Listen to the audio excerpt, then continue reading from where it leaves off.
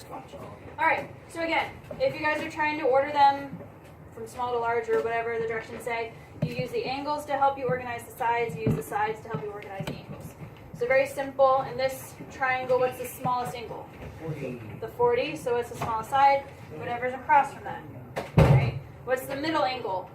60, so the middle side is across from that. And what's the biggest angle? 80, so the biggest side would be across from that. It works the same way with sides, right? Biggest side is 15, so the biggest angle is across from that. The medium sized, or the medium length side is 11, so the middle angle is across from that.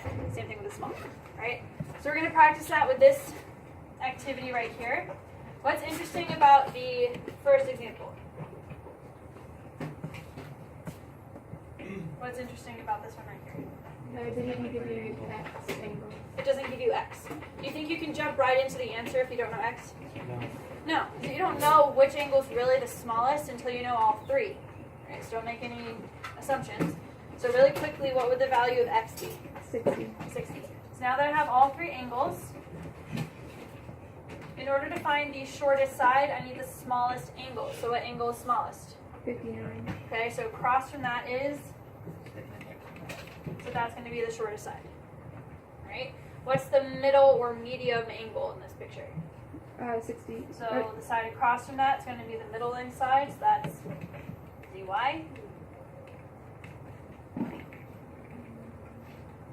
Right, and then what's the biggest angle? 61. So the longest side is across from that, the x. Or xz, it doesn't really matter what order you put the letters in, as long as you have the right side. Right, really straightforward, right? Use the sides to help you find the angles, use the angles to help you find the sides. So if I was to switch it around here and I said list the angles in order, whatever they're asking you to find, they're going to give you not that. So if they're asking for the angles, they're going to give you the sides instead. That's no big deal because we have this special rule that helps us. So what would the smallest side be? Angle. What's the smallest side right now? Because we're using the side to help us find the angle. MN. So this one right here, the 32, the MN, that's the smallest side. So the smallest angle would be O. Okay. So we already used that one. And then what's the medium? Oh no. Yeah, OM. Okay. So then what would the the middle angle be? N. N. So it's across from that side. And the largest side is 45, or the one marked 45. So what would the biggest angle be? M. All right. Really straightforward stuff. Is everybody okay with that? All right. That's when you guys only have one triangle. These next diagrams we're going to look at is when you have two or more triangles in the same diagram, and they want to find what the smallest or largest side is in the entire picture. So this one we have to work a little bit differently, okay? Because we have more than one triangle, we have to get all the information into one of them in order to actually answer the question. So I have a couple of steps I'm going to have you guys write down. The process is pretty straightforward as long as you remember how to do it. So what you're going to do, write it down really well here so I can copy this. You're going to label, or highlight is really what I mean, label the shortest side in each triangle. That's your step number one. Each triangle is going to have a shortest side. You're going to label it. You'll notice that when you guys find the shortest side of each triangle, those two sides actually touch. They're adjacent to each other, which means they are in a common triangle. So now if you find those, you are going to compare the labeled sides within the common triangle. Now I'll explain what I mean by that in a second.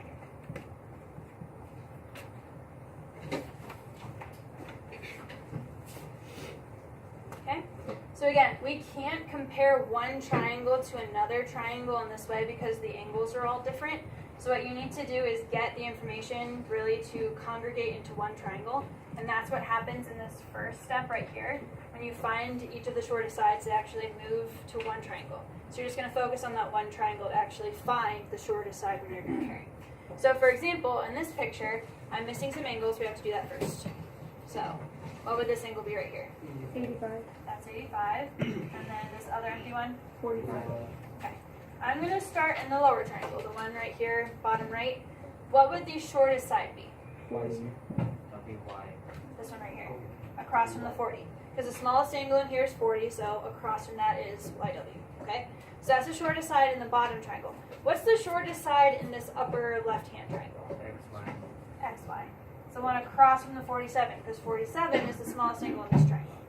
Do you guys see how those two sides I just marked actually congregated into this triangle?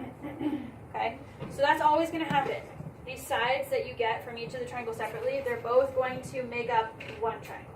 So now I'm not going to focus on this triangle. I'm going to work within this triangle right here because they both have that side in common. You guys see how this triangle has both of those sides in it? That's the common triangle I want to work with. So now I have these two sides that are competing.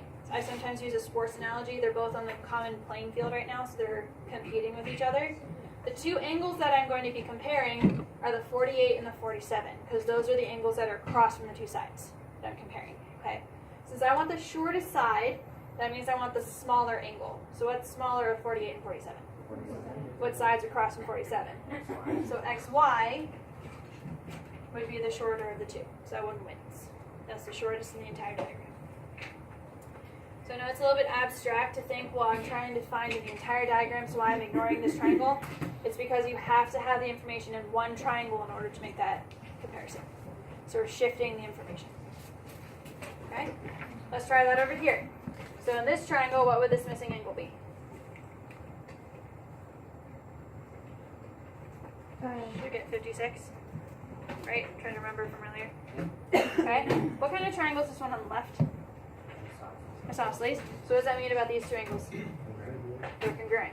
So if this is 20, I have to subtract that away from 180, which is 160. Divide that by 2. 80. Okay, so we're going to do the same thing that we did over here. In the left-hand triangle, what is the smallest side? CD. And the right-hand triangle, what's the smallest side? BD. Does everybody agree with that? The smaller sides of both triangles?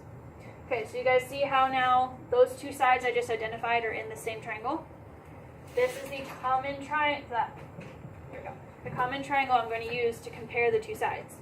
So what are the two angles I'm going to be using? 54 and 56. The 54 and the 56, because those are the two angles across from the two sides in this triangle. Which one's smaller? 54. 54. So what side wins? BD. Alright, so that's the process you guys do when you have multiple triangles in the same picture. You congregate the information to one diagram, or one triangle, so you can compare the angles. Everybody clear with that? Alright. The next thing we're going to talk about is called the triangle inequality theorem. This is a theorem, but it's not often used in proofs, so it's something more we're just going to be using for context questions. If I can erase this, there we go. Alright, so the triangle inequality theorem states that the length of any two sides of a triangle, if you were to add them together, that value must be larger than the third side that you didn't use. So for example, if you have a triangle like this, if I take any two sides, let's say A and B, if I add A and B together, shouldn't it make sense that that sum is bigger than C by itself? So that's what the triangle inequality theorem says. That's what I'm trying to say. Right? If this is not happening, if the two values that you added together is not bigger than that third side, then those three values that they gave you wasn't a triangle in the first place. Okay?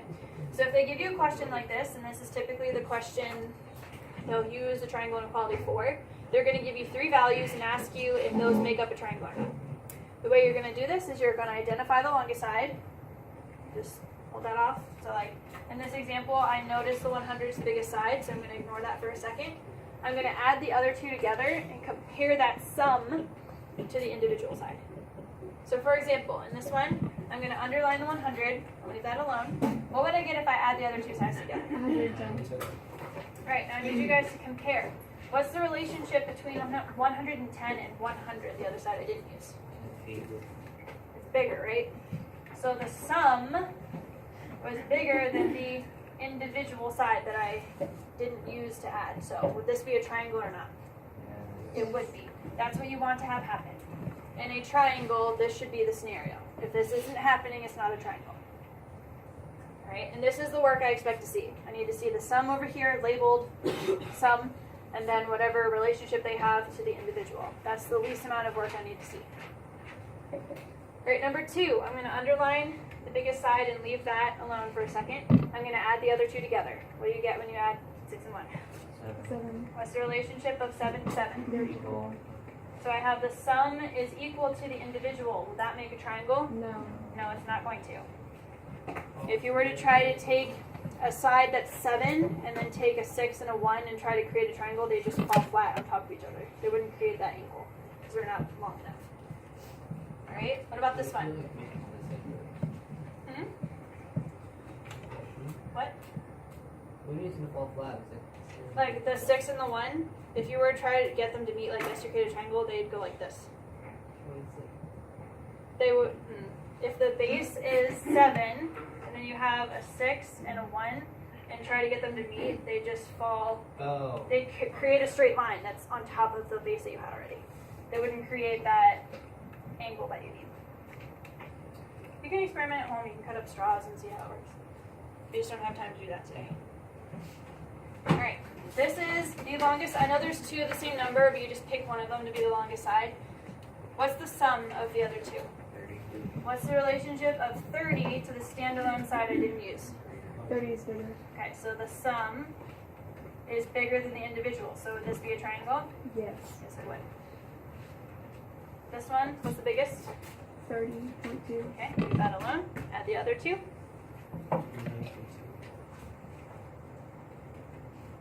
What's the relationship of 29.2 compared to 30.2? Bless you.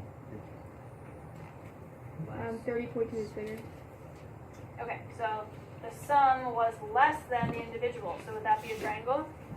No. Remember, it has to be greater. The sum should be greater. That didn't happen. Right, this is the longer side. What do you get when you add the other 2? 4. The relationship of 4 to 5. 5 is bigger. Okay, so the sum was less than the individual. So triangle? Nope. Then the last one here. The sum would be, 6. which is, Bigger than 5. so the sum was bigger than the individual. So triangle? Yes. Right? Pretty simple concept there as well. I'm sorry, I was driving too fast. My bad. I said no and wrote yes, so Wow, come on. I'm blonde. Sorry. So I really like blonde jokes. So. No insult to anybody else who's blonde in here.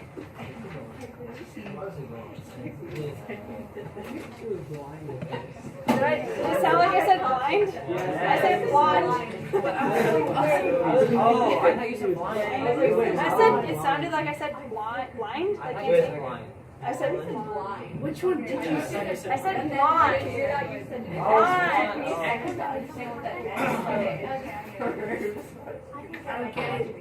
Never mind. Don't worry about it. Alright. We're going to transition into a corollary. Have I talked about corollaries before? A little bit. I think I mentioned the corollary to the triangle sum theorem. This is a corollary to the triangle inequality. It's basically we're using the triangle inequality theorem, but in a slightly different way, in a different context. So for this one, this is the kind of question that they're going to ask. Right? We're going to be trying to find possible measurements for the third side of a triangle. They're going to give you 2 sides. So for example, 10 and 15. All right, they're going to give you 2 different sides, but we don't know what the third one is. This is the scenario. You have 2 sides provided, you don't know what the third is. Now this is an interesting type of question because there's not one answer. Do you know, when you guys have 2 sides for a triangle, have I told you specifically how big the angle is between them? So I could make it a small angle, and I could have a short side, or I could make it really big and have a long side, right? Because I haven't specified how big the angle is, there are all sorts of different answers that you could have based on how wide you make that angle. So this is the answer is gonna look like this. I was right. It's a range, okay? When they say what are the possible measurements, they could also use the word range. might want to write that down because that's a keyword you want to look for.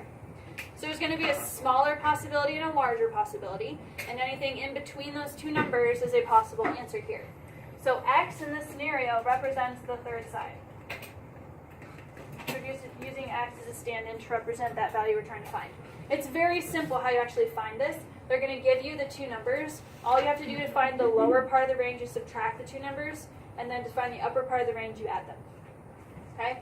So, for example, if I say that the two sides are 23 and 14, what would the lower end of the range be? 9. Subtract 9. And then what would the upper part of the range be? 37. Okay. So, these sides of my triangle could be anywhere between 9 and 37. Could it be exactly 9 or 37? No. Remember, there's a difference between this and this. Does it say less than or equal to? No. Does it say greater than or equal to? No. Okay? So since it doesn't have the equality sign, it has to be between 9 and 37, but not including those two numbers. So for example, give me a specific example that would work. Give me a specific example that would work for x. 22. 14, 17, 36.9. Right? Anything that's between 9 and 37. Now hold on. The reason why I ask you that kind of question is because on the SOL, they can give you different formats of questions here. They could give you a multiple select. They could give you circle all of the possible values that would be a possible length for x. You'd have to circle all the ones that are possible between this range. And I can promise you 9 and 37 will be one of the options.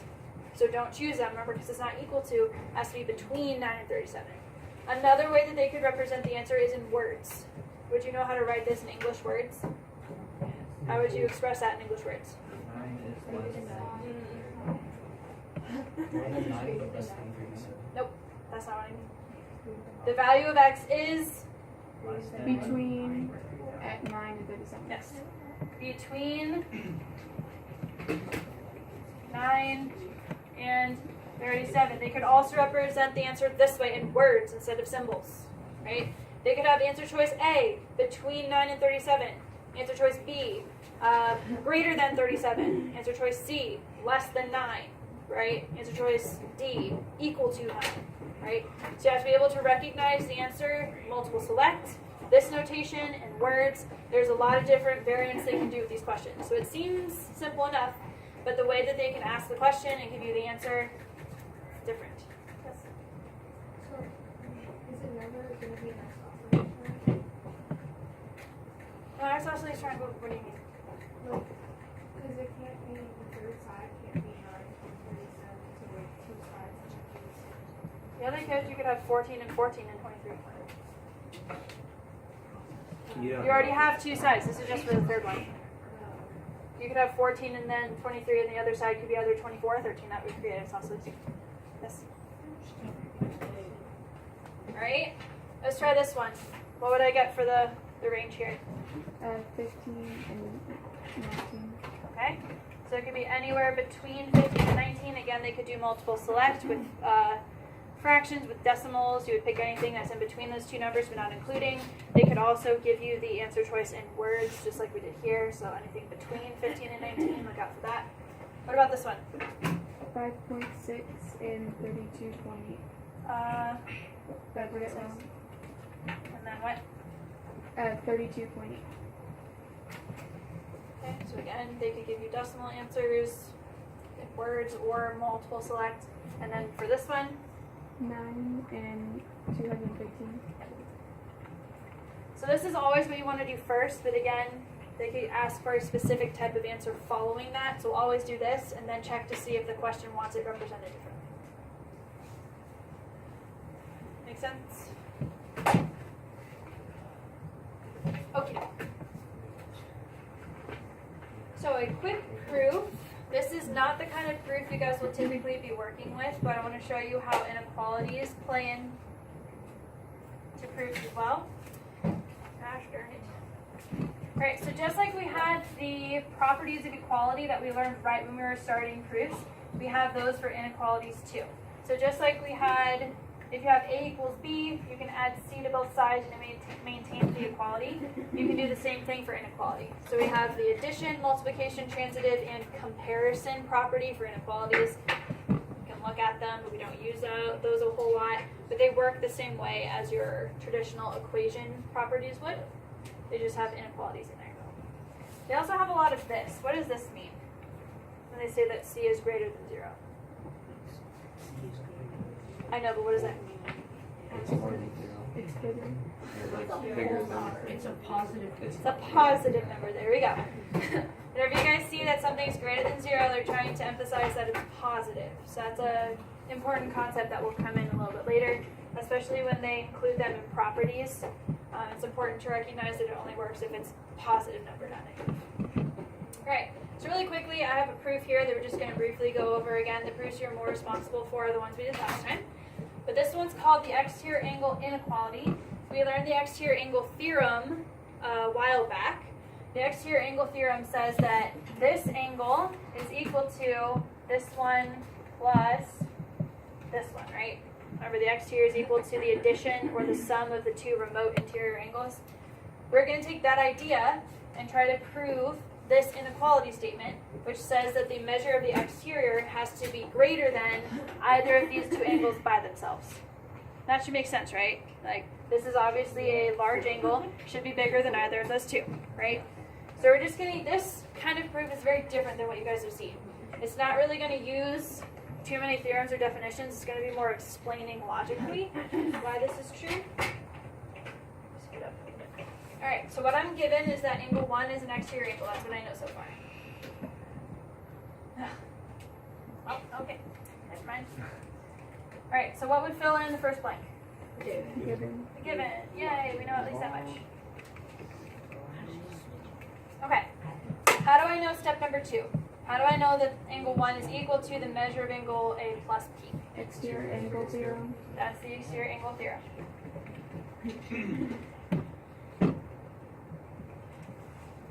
Alright, now these last two steps are more abstract. How would I be able to defend the fact that the measure of angle P and the measure of angle A have to be greater than 0? And have an angle ratio. Okay, exactly. Angles cannot be 0 or negative, right? And or negative, really bad. Right, angles cannot be negative or the value 0, right? That's just something we know about angles, all right? And then following up from that, we know that the angles can't be 0 or less than 0, okay? So what's another reason I could use to defend the fact that the measure of angle, because they add together and they have to be greater than 0, why would they be greater, or why would one be greater than them individually? Exterior A little bit angle. more abstract. This is more explaining than using a theorem or definition.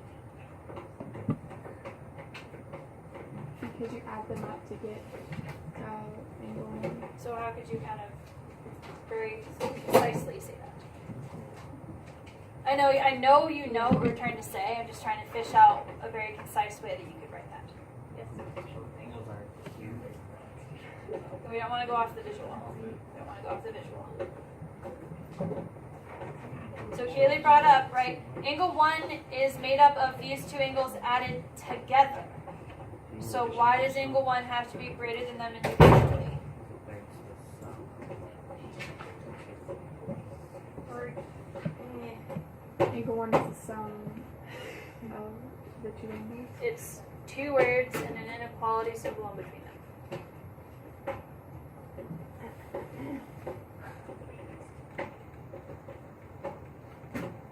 Oh, whole is greater than part. A whole is greater than a part. If it's made up of two different parts, the whole has to be greater than the sum or the individual parts that it's made up of. Alright, so now that's super abstract for how we do those. These inequality proofs are incredibly abstract. The ones you want to focus more on are the ones that we actually use the foundation for the proofs and the theorems, the theorems and the definitions we've seen in the past. Okay, but just so you can see how we can use the inequality rules, like the comparison property that we saw up here, right? That kind of situation helps with proofs, just not regular ones. All right, moving on from that, we have this interesting idea called the hinge theorem. I wish I knew why it's called a hinge theorem, like if they knew what a hinge was, but they made this up. But I don't know. It's an interesting idea. It's also kind of common sense, but we're still going to explore it.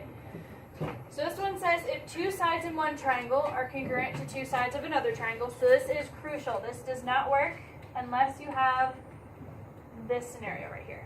They have to be corresponding sides and they have to be congruent. So you have two sets of congruent corresponding sides. That has to be happening here for the hinge theorem to work.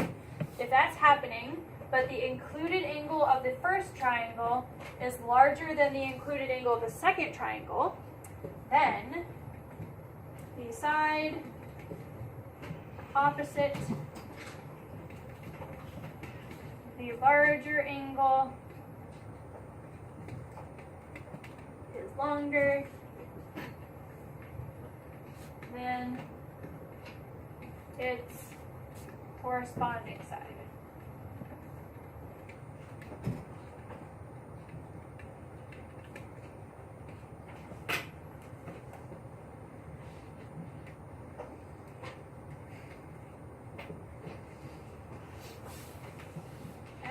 So what this is really saying is if everything about the triangles is the same in regards to the sides, so I know this side is the same, this side is the same, they're completely identical, but those two sides have just been spread out a little bit more in this triangle, shouldn't that mean that this side is bigger than this one?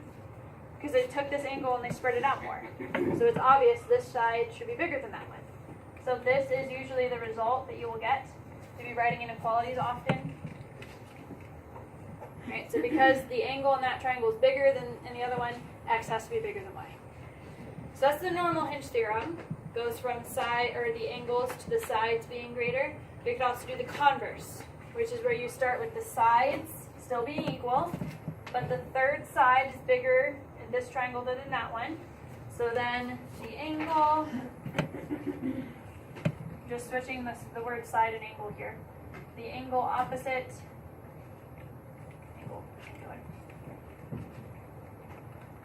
the larger side is larger than its corresponding angle.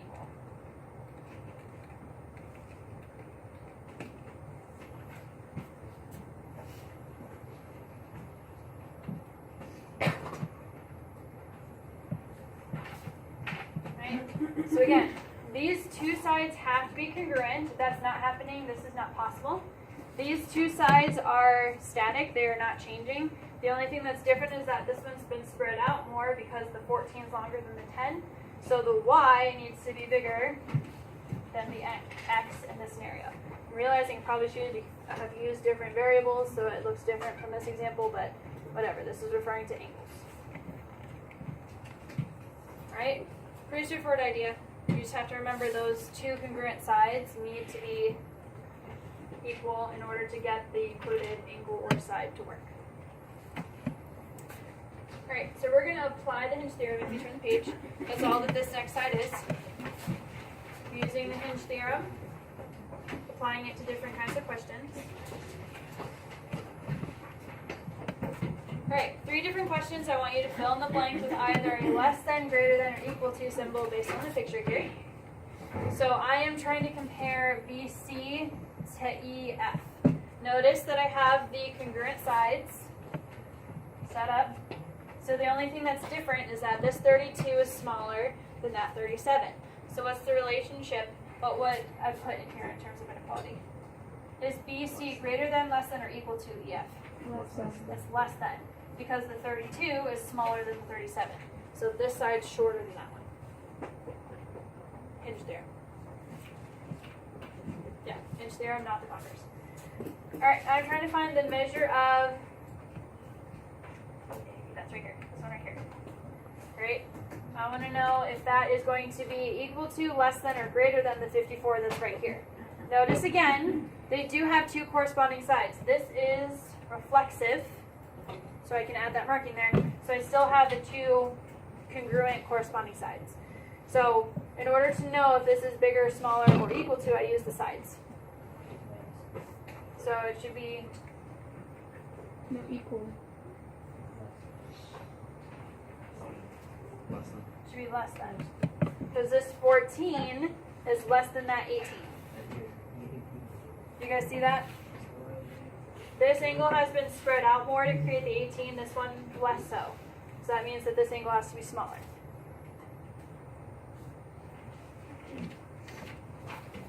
Is everybody with me so far? See how we can apply the hinge theorem to these kinds of pictures?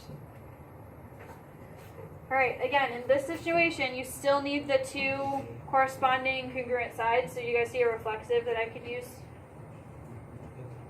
Alright, I have the reflexive in the middle, so that gives me my two equal sides. Now I notice that the angles, or the sides here, are parallel. So is there anything I can add to the picture? Alternate interior, here and here. So they're asking about the measure of angle M compared to the measure of angle N. This situation would actually be equal, right? See how M and N are both across from this side in the middle? They're both across from a side that's equal, right? And we notice that these two sides are equal to all the angles and sides are equal. We don't have any variance in size or anything like that. It's all congruent. So that defines that those two angles would be congruent as well. You could also use what from last unit? Side angle side, and then use CP/CTC to say that those two parts are equal. So that stuff comes into the picture as well. So don't ever forget that. Great. So that's a more straightforward application of the hinge theorem. This one's a little bit more abstract, the one that's next. If I can scroll down, that would be nice. Right. Find the range of possible values for x within the diagram. Now this uses the same language as the questions that we did before, where I gave you two sides and you guys did the subtract and add thing. That's not what we're doing here. Because I haven't given you two sides, I've actually given you two triangles. So this is the hinge theorem, not the inequality process that we did, or the triangle inequality. So what do you guys think I would do? Brainstorm. What do you guys think? Nope, not proportion. Notice where x is. Right here, that angle. Sort of. Notice that it says range of possible values, so your answer should be some sort of inequality. We just can't do that add subtract thing that we did before. It's a different type of question.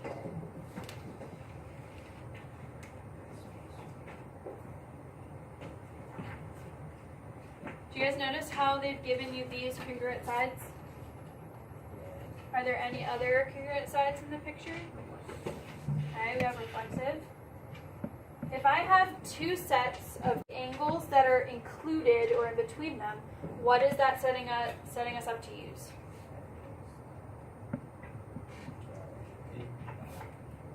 Oh, isosceles. Nope. You have only these two sides are congruent, but these are different sizes. Okay, I see. This is the hinge theorem. If you have these two are congruent, but these sides are different, this is where you guys set up the hinge theorem. Which one of these sides is bigger? 12. So which one of these angles is bigger? 36 is greater than 3x minus 9. So you're setting a relationship between the angles so you can actually solve for x. Whenever you guys see the word range, your answer should be in the form of an inequality. Whether it's the two-part inequality from the other question or a one-sided inequality like this one, you have to read into the question to figure that out. So to solve, you would add the 9, 45, right? Or am I going crazy? Okay. And then 45 divided by 3. So x has to be less than 15. Okay? That's what you do. That's how the hinge theorem applies when they're asking you to solve. Alright, same thing for over here. Do you guys see two? That's one pair of equal sides. Do you guys see another pair of equal sides? They're reflexive. Once you have that, you're all set for the hinge theorem. If you don't have that, you cannot use the hinge theorem. So once you guys see you have this and this, these are the two angles we're working with. They're obviously not equal, but I'm trying to figure out what x would be, the possible range. So again, this is hinge theorem. So I have one angle that's 44 and another one that's 35. So which side would be bigger? This one across from the 44 is going to be bigger. So 2x plus 12 is bigger than what? So 4x minus 8 side. So use the hinge theorem to create an inequality for yourself. And then you would solve that. So if I move the 2x over here, then add the 8, x has to be less than 10. Now, if you guys are really, really picky about how you write your inequalities and you'd rather have the x on the left side, how would you rewrite it without messing it up? If you want to switch how you write it so it looks like with the x on the left like you're used to writing, you have to make sure you reflect the entire thing and make sure you rotate that inequality symbol with you so it doesn't accidentally change the result. But either way, you can write it however you want to. Just make sure the inequality is the Do you same. have to simplify it? What do you mean by simplify? Oh, never mind. I just switched the way that we wrote it. Okay? Alright, here's another question. Which chopper is further from the base?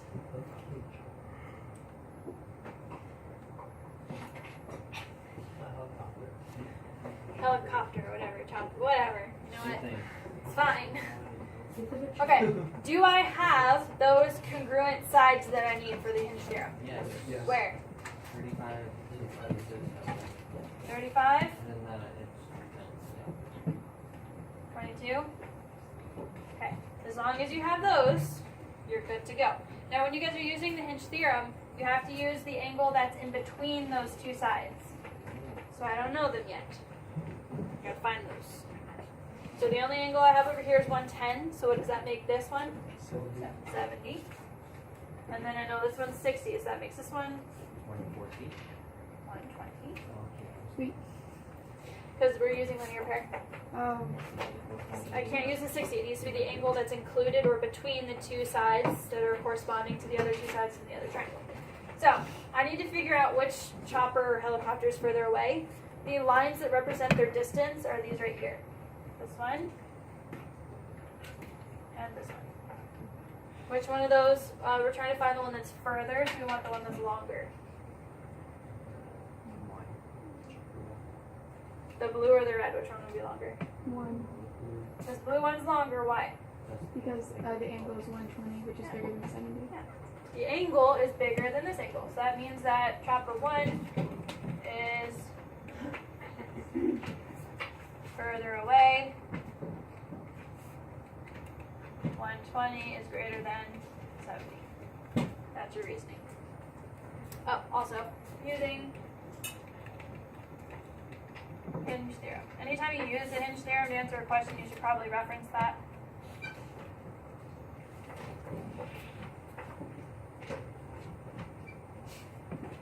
Okay? Great. Now we're just going to practice, bless you, a proof that uses the hinge theorem. I think, hold on. Yes, you have another proof in the homework to practice as well. We can use the hinge theorem to help us prove things, right? Often these proofs are useful for you guys, or helpful for you guys to redraw. So I'm going to do that as a support in this question. So first of all, I know that AD is equal to BE, so I'm going to add that marking. And I know that BD, right here, is longer than AE. Right. So my goal is to prove that BC is longer than AC. That's what I'm trying to prove here.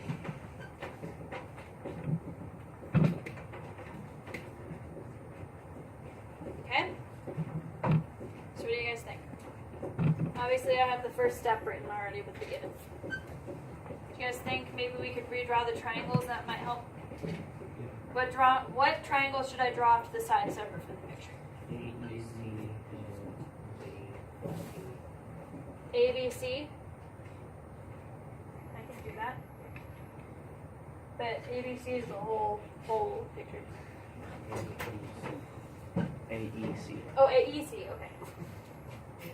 That would be this one. AEC and what other one? CGB. This one right here?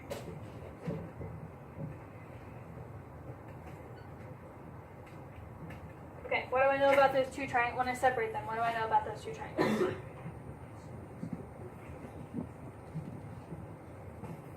Do I know anything about those? C is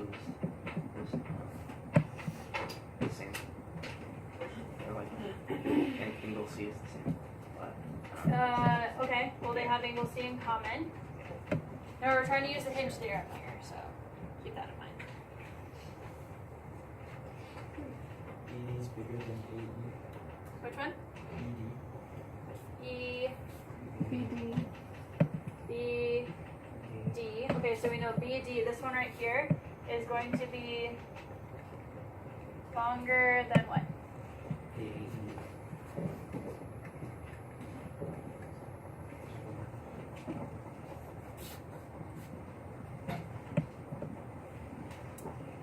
So I'm wondering if we should use different triangles than the ones that you guys suggested.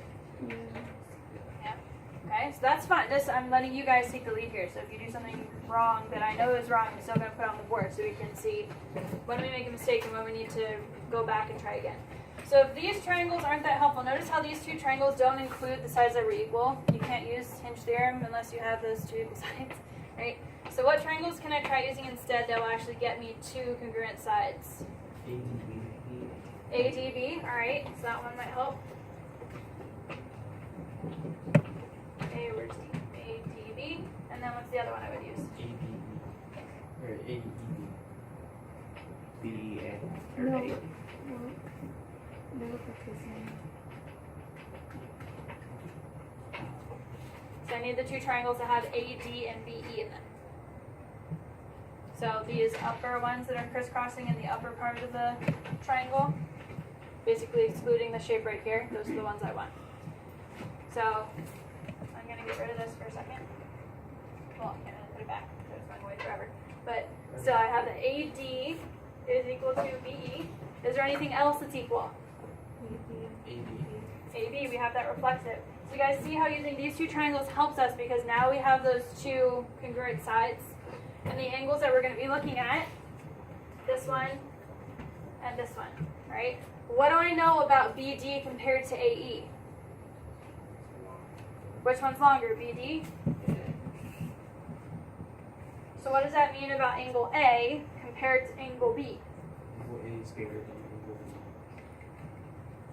B. And I'm actually, so in this situation it's just A, but we have to name it correctly in this picture. So how would I name angle A? Angle DAB. Okay? DAB is bigger than, and then how would I name it over here? What's angle B in this picture? Angle EBA. Yes. So I know that's a danger of drawing the picture off to the side because we're only using one letter, but when you guys are naming shapes and angles and stuff, you need to use the main picture as a reference. So now I know that this angle right here is bigger than this one. So now do you guys see why I have a foundation on why BC would be bigger than AC? You guys see that foundation? I can say that BC is greater than AC because of what?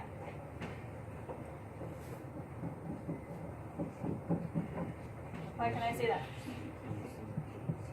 No. CBCTC is congruency. I don't have congruent triangles here. If this angle's bigger, why would this side be bigger? It's the hinge theorem again, but this time it's the, well no, sorry, this one was the converse, this is the regular one. I know it's confusing to keep them straight. The converse is when you guys are going from sides to angles, and the regular theorem is when you're going from angles to sides. Okay? So that's just the way you guys can use the hinge theorem. Again, you need those congruent sides before you can start working through the question. But once you have sides are greater or angles are greater, you can correspond those to the sides. Okay? So these are just a proof in the homework where you can practice that more. up until there. Does everybody know how to use the hinge theorem to help you solve or analyze a picture like on the top of the page? Is everybody okay with that? Alright, you're gonna have practice on the homework, on the review assignment to practice out a little bit more. Yes. Or is that what your question was? Will you raise your hand first? Go ahead.